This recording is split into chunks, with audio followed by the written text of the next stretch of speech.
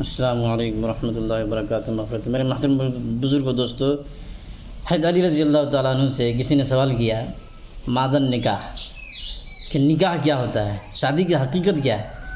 قال سرور شہر، حضرت علی رضی اللہ تعالیٰ عنہ نے فرمایا ایک مہینے کی خوشی ہے۔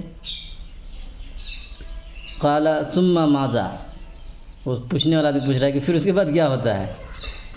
قال لزوم مہر، حضرت علی رضی اللہ تعالیٰ عنہ نے کہا مہر لازم ہو جاتا ہے، مہر دینا پورا مکمل لازم ہو جاتا ہے۔ قال ثم ماذا، وہ پوچھنے والا پھر پوچھ رہا ہے کہ پھر اس کے بعد کیا ہوتا ہے؟ قال غموم دہر، فرمایا زندگی بھر غم لازم ہو جاتا ہے۔ قال ثم ماذا، وہ آدمی پوچھ رہا ہے پھر کیا ہوتا ہے؟ قال قصور ظہر، فرمایا کمر ٹوٹ جاتی ہے۔ بتانا یہ ہے کہ نکاح سے صرف عیاشی مستی کرنا مقصد نہیں ہے، بلکہ توالد و تناسل بھی مقصد ہوتا ہے۔ اسی لیے نبی پاک صلی اللہ علیہ وسلم نے بہت زیادہ بچے جننے والی عورت سے شادی کرنے کی ترغیب دی ہے۔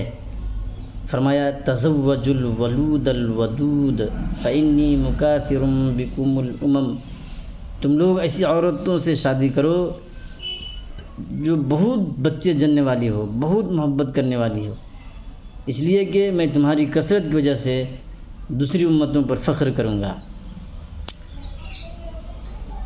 اللہ تعالی ہم سب کو سمجھنے کی، عمل کرنے کی توفیق عطا فرما دے، آمین۔